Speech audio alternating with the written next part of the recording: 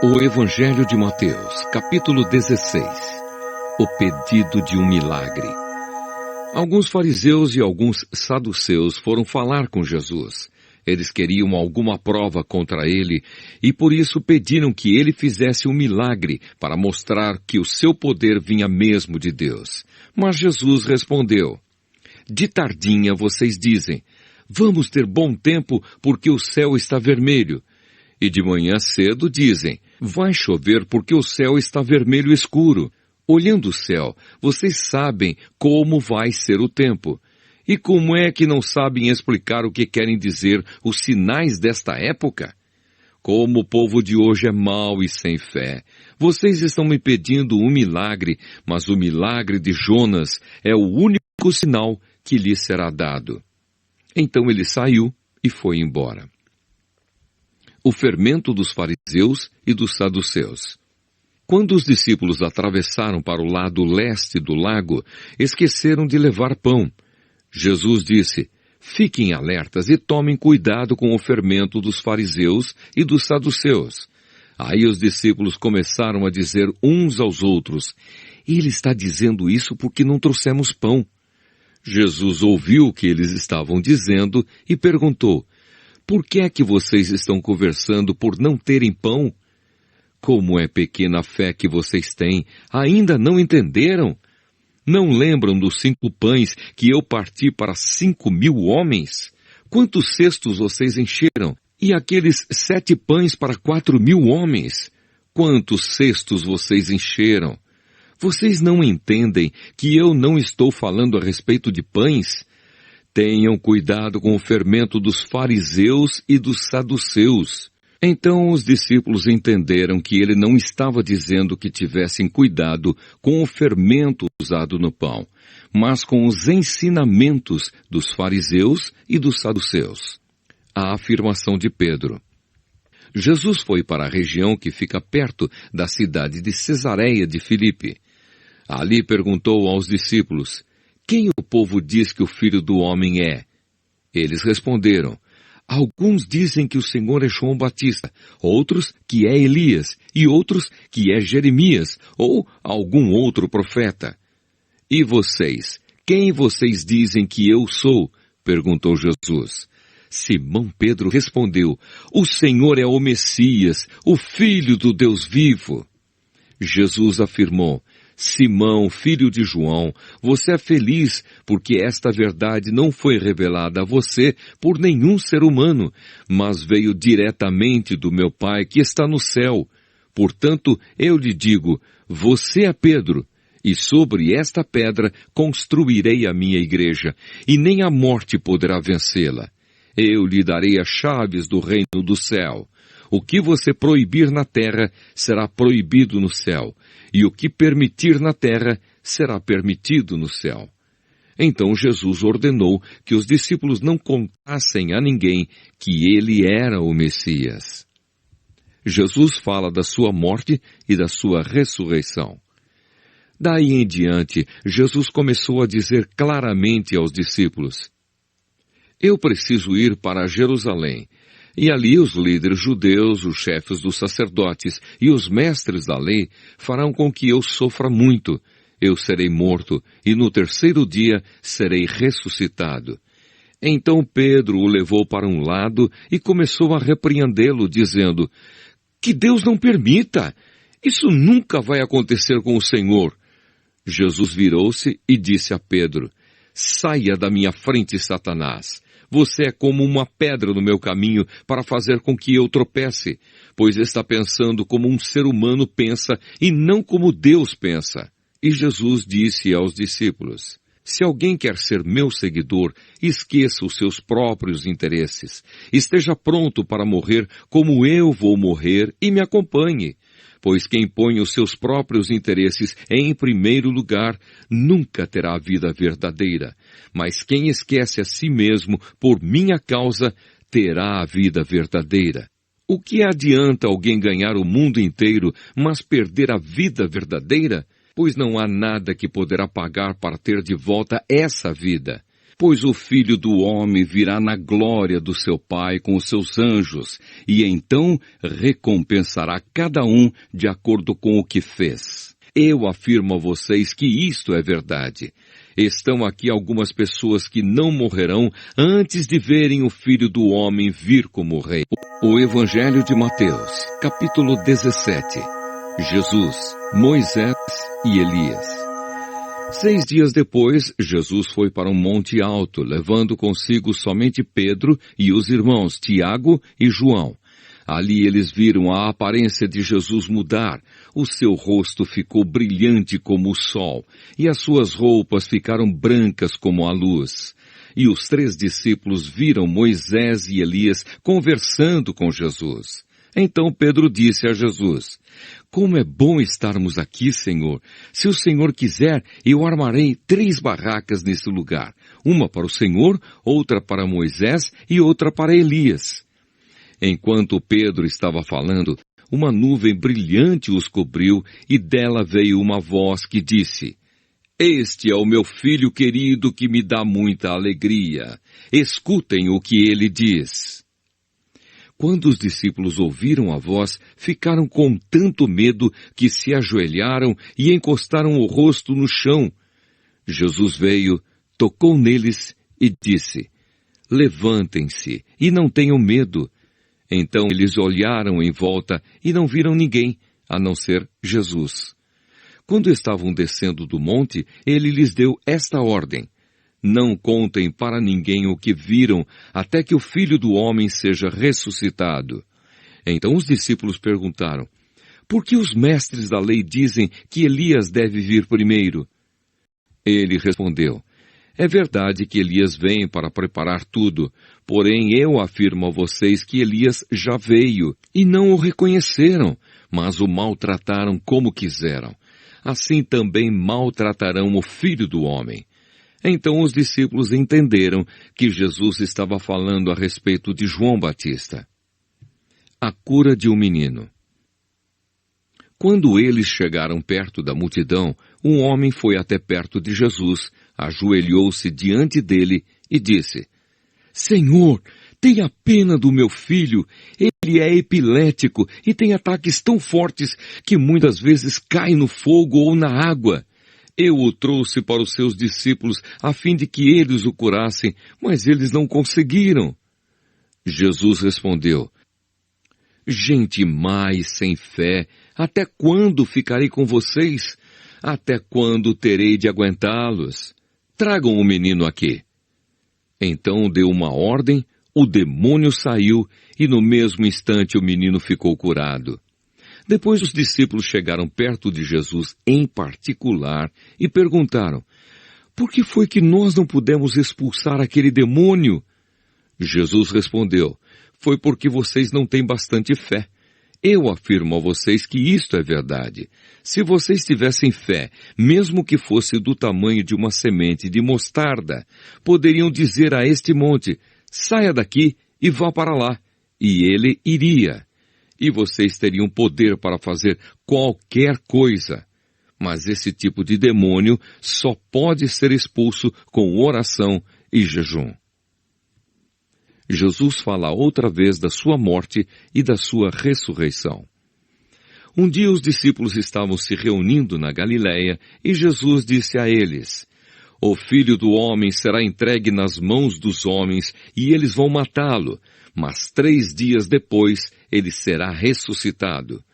E os discípulos ficaram muito tristes. O imposto do templo. Quando Jesus e os discípulos chegaram à cidade de Cafarnaum, os cobradores do imposto do templo foram perguntar a Pedro: o mestre de vocês não paga o imposto do templo? Paga sim, respondeu Pedro. Depois Pedro entrou em casa, mas antes que falasse alguma coisa, Jesus disse: Simão, o que é que você acha? Quem paga impostos e taxas aos reis deste mundo? São os cidadãos do país ou são os estrangeiros? São os estrangeiros, respondeu Pedro. Certo, disse Jesus. Isso quer dizer que os cidadãos não precisam pagar, Mas nós não queremos ofender essa gente. Por isso vá até ao lago, jogue o anzol e puxe o primeiro peixe que você fisgar. Na boca dele você encontrará uma moeda. Então vá e pague com ela o meu imposto e o seu. O Evangelho de Mateus, capítulo 18. Quem é o mais importante? Naquele momento os discípulos chegaram perto de Jesus e perguntaram: quem é o mais importante no reino do céu? Jesus chamou uma criança, colocou-a na frente deles e disse: eu afirmo a vocês que isto é verdade. Se vocês não mudarem de vida e não ficarem iguais às crianças, nunca entrarão no reino do céu. A pessoa mais importante no reino do céu é aquela que se humilha e fica igual a esta criança. E aquele que, por ser meu seguidor, receber uma criança como esta, estará recebendo a mim. O perigo do pecado. Quanto a estes pequeninos que creem em mim, se alguém for culpado de um deles me abandonar, seria melhor para essa pessoa que ela fosse jogada no lugar mais fundo do mar, com uma pedra grande amarrada no pescoço. Ai do mundo por causa das coisas que fazem com que as pessoas me abandonem. Essas coisas têm de acontecer, mas ai do culpado. Se uma das suas mãos ou um dos seus pés faz com que você peque, corte-o e jogue fora, pois é melhor você entrar na vida eterna sem uma das mãos ou sem um dos pés, do que ter as duas mãos e os dois pés e ser jogado no fogo eterno. Se um dos seus olhos faz com que você peque, arranque-o e jogue fora, pois é melhor você entrar na vida eterna com um olho só, do que ter os dois e ser jogado no fogo do inferno. A ovelha perdida. Cuidado, não desprezem nenhum destes pequeninos. Eu afirmo a vocês que os anjos deles estão sempre na presença do meu Pai, que está no céu, porque o Filho do Homem veio salvar quem estava perdido. O que é que vocês acham que faz um homem que tem 100 ovelhas e uma delas se perde? Será que não deixa as 99 pastando no monte e vai procurar a ovelha perdida? Eu afirmo a vocês que isto é verdade. Quando ele a encontrar, ficará muito mais contente por causa dessa ovelha do que pelas 99 que não se perderam. Assim também o Pai de vocês que está no céu não quer que nenhum destes pequeninos se perca. O irmão que peca. Se o seu irmão pecar contra você, vá e mostre-lhe o seu erro. Mas faça isso em particular, só entre vocês dois. Se essa pessoa ouvir o seu conselho, então você ganhou de volta o seu irmão. Mas se não ouvir, leve com você uma ou duas pessoas para fazer o que mandam as Escrituras Sagradas. Elas dizem: qualquer acusação precisa ser confirmada pela palavra de pelo menos 2 testemunhas. Mas se a pessoa que pecou não ouvir essas pessoas, então conte tudo à igreja. E se ela não ouvir a igreja, trate-a como um pagão ou como um cobrador de impostos. O poder de permitir e de proibir. Eu afirmo a vocês que isto é verdade. O que vocês proibirem na terra será proibido no céu, e o que permitirem na terra será permitido no céu. E afirmo a vocês que isto também é verdade. Todas as vezes que 2 de vocês que estão na terra pedirem a mesma coisa em oração, isso será feito pelo meu Pai que está no céu. Porque onde 2 ou 3 estão juntos em meu nome, eu estou ali com eles. O empregado mau. Então Pedro chegou perto de Jesus e perguntou: Senhor, quantas vezes devo perdoar o meu irmão que peca contra mim? 7 vezes? Não, respondeu Jesus. Você não deve perdoar 7 vezes, mas 77 vezes. Porque o reino do céu é como um rei que resolveu fazer um acerto de contas com os seus empregados. Logo no começo, trouxeram um que lhe devia milhões de moedas de prata. Mas o empregado não tinha dinheiro para pagar. Então, para pagar a dívida, o seu patrão, o rei, ordenou que fossem vendidos como escravos ou empregado a sua esposa e os seus filhos, e que fosse vendido também tudo o que ele possuía. Mas o empregado se ajoelhou diante do patrão e pediu: tenha paciência comigo e eu pagarei tudo ao Senhor. O patrão teve pena dele, perdoou a dívida e deixou que ele fosse embora. O empregado saiu e encontrou um dos seus companheiros de trabalho que lhe devia 100 moedas de prata. Ele pegou esse companheiro pelo pescoço e começou a sacudi-lo, dizendo: pague o que me deve. Então o seu companheiro se ajoelhou e pediu: tenha paciência comigo e eu lhe pagarei tudo. Mas ele não concordou. Pelo contrário, mandou pôr o outro na cadeia até que pagasse a dívida. Quando os outros empregados viram o que havia acontecido, ficaram revoltados e foram contar tudo ao patrão. Aí o patrão chamou aquele empregado e disse: empregado miserável, você me pediu e por isso eu perdoei tudo o que você me devia. Portanto, você deveria ter pena do seu companheiro como eu tive pena de você. O patrão ficou com muita raiva e mandou o empregado para a cadeia a fim de ser castigado até que pagasse toda a dívida.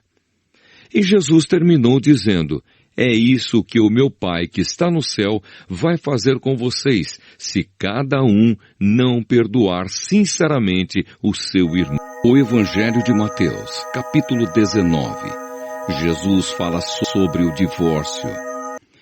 Depois de dizer isso, Jesus saiu da Galiléia e foi para a região da Judéia, que fica no lado leste do Rio Jordão. Uma grande multidão o seguiu e ali ele curou os doentes. Alguns fariseus chegaram perto dele e, querendo conseguir alguma prova contra ele, perguntaram: será que pela nossa lei um homem pode, por qualquer motivo, mandar a sua esposa embora? Jesus respondeu: por acaso vocês não leram o trecho das Escrituras que diz: no começo o Criador os fez homem e mulher? E Deus disse: por isso o homem deixa o seu pai e a sua mãe para se unir com a sua mulher, e os dois se tornam uma só pessoa. Assim já não são duas pessoas, mas uma só. Portanto, que ninguém separe o que Deus uniu. Os fariseus perguntaram: nesse caso, por que é que Moisés permitiu ao homem mandar a sua esposa embora se der a ela um documento de divórcio? Jesus respondeu: Moisés deu essa permissão por causa da dureza do coração de vocês. Mas no princípio da criação não era assim. Portanto, eu afirmo a vocês o seguinte: o homem que mandar a sua esposa embora, a não ser em caso de adultério, se tornará adúltero se casar com outra mulher. Os discípulos de Jesus disseram: se é esta a situação entre o homem e a sua esposa, então é melhor não casar. Jesus respondeu: este ensinamento não é para todos, mas somente para aqueles a quem Deus o tem dado. Pois há razões diferentes que tornam alguns homens incapazes para o casamento. Uns porque nasceram assim, outros porque foram castrados, e outros ainda não casam por causa do reino do céu. Quem puder, que aceite este ensinamento. Jesus e as crianças. Depois disso, algumas pessoas levaram as suas crianças para Jesus pôr as mãos sobre elas e orar. Mas os discípulos repreenderam as pessoas que fizeram isso. Aí ele disse: deixem que as crianças venham a mim e não proíbam que elas façam isso, pois o reino do céu é das pessoas que são como estas crianças. Então Jesus pôs as mãos sobre elas e foi embora. O moço rico. Certa vez um homem chegou perto de Jesus e perguntou: Mestre, o que devo fazer de bom para conseguir a vida eterna? Jesus respondeu: por que é que você está me perguntando a respeito do que é bom? Bom só existe um. Se você quer entrar na vida eterna, guarde os mandamentos. Que mandamentos? Perguntou ele. Jesus respondeu: não mate, não cometa adultério, não roube, não dê falso testemunho contra ninguém, respeite o seu pai e a sua mãe e ame os outros como você ama a você mesmo. Eu tenho obedecido a todos esses mandamentos, respondeu o moço. O que mais me falta fazer? Jesus respondeu, se você quer ser perfeito, vá, venda tudo o que tem e dê o dinheiro aos pobres, e assim você terá riquezas no céu. Depois venha e me siga. Quando o moço ouviu isso, foi embora triste, pois era muito rico. Jesus então disse aos discípulos, eu afirmo a vocês que isto é verdade. É muito difícil um rico entrar no reino do céu. E digo ainda que é mais difícil um rico entrar no reino de Deus do que um camelo passar pelo fundo de uma agulha. Quando ouviram isso, os discípulos ficaram muito admirados e perguntavam, então, quem é que pode se salvar? Jesus olhou para eles e respondeu, para os seres humanos isso não é possível, mas para Deus tudo é possível. Aí Pedro disse, veja, nós deixamos tudo e seguimos o Senhor. O que é que nós vamos ganhar? Jesus respondeu, eu afirmo a vocês que isto é verdade. Quando chegar o tempo em que Deus vai renovar tudo e o Filho do Homem se sentar no seu trono glorioso, vocês, os meus discípulos, também vão sentar-se em 12 tronos para julgar as 12 tribos do povo de Israel. E todos os que, por minha causa, deixarem casas, irmãos, irmãs, pai, mãe, filhos ou terras, receberão 100 vezes mais e também a vida eterna. Muitos que agora são os primeiros serão os últimos, e muitos que agora são os últimos serão os primeiros. O Evangelho de Mateus, capítulo 20.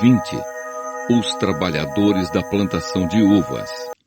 Jesus disse, o reino do céu é como o dono de uma plantação de uvas, que saiu de manhã bem cedo para contratar trabalhadores para sua plantação. Ele combinou com eles o salário de costume, isto é, 1 moeda de prata por dia, e mandou que fossem trabalhar na sua plantação. Às 9 horas, saiu outra vez, foi até a praça do mercado e viu ali alguns homens que não estavam fazendo nada. Então disse, vão vocês também trabalhar na minha plantação de uvas, e eu pagarei o que for justo. E eles foram. Ao meio-dia e às 3 horas da tarde, o dono da plantação fez a mesma coisa com outros trabalhadores.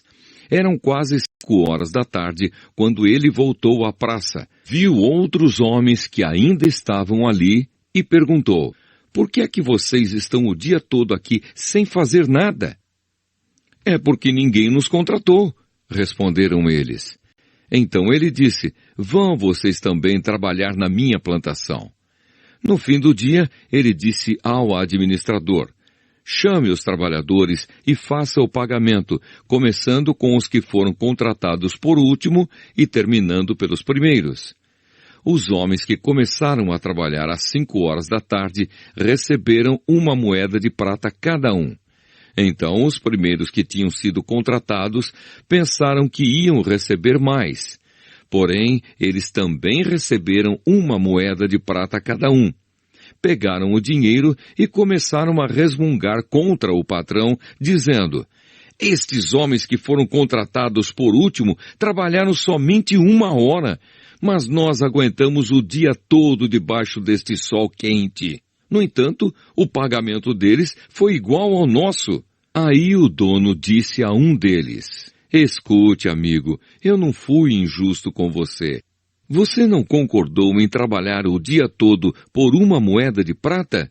Pegue o seu pagamento e vá embora, pois eu quero dar a este homem que foi contratado por último o mesmo que dei a você.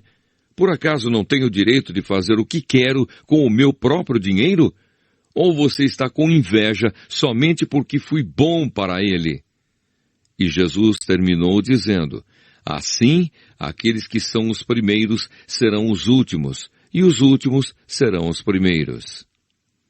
Jesus anuncia outra vez a sua morte e a sua ressurreição. Quando Jesus estava subindo para Jerusalém, chamou os discípulos para um lado e falou com eles em particular, enquanto caminhavam. Ele disse: escutem, nós estamos indo para Jerusalém, onde o Filho do Homem será entregue aos chefes dos sacerdotes e aos mestres da lei. Eles o condenarão à morte e o entregarão aos não-judeus. Estes vão zombar dele, bater nele e crucificá-lo. Mas no terceiro dia ele será ressuscitado. O pedido de uma mãe. Então a mãe dos filhos de Zebedeu chegou com os seus filhos perto de Jesus, curvou-se e pediu a ele um favor. O que é que você quer? Perguntou Jesus. Ela respondeu: prometa que, quando o Senhor se tornar rei, estes meus 2 filhos sentarão à sua direita e à sua esquerda. Jesus disse aos 2 filhos dela: vocês não sabem o que estão pedindo. Por acaso vocês podem beber o cálice que eu vou beber? Podemos, responderam eles. Então Jesus disse: de fato, vocês beberão o cálice que eu vou beber, mas eu não tenho o direito de escolher quem vai sentar à minha direita e à minha esquerda, pois foi o meu Pai quem preparou esses lugares, e Ele os dará a quem quiser. Quando os outros 10 discípulos ouviram isso, ficaram zangados com os 2 irmãos. Então Jesus chamou todos para perto de si e disse: como vocês sabem, os governadores dos povos pagãos têm autoridade sobre eles, e os poderosos mandam neles. Mas entre vocês não pode ser assim. Pelo contrário, quem quiser ser importante, que sirva aos outros.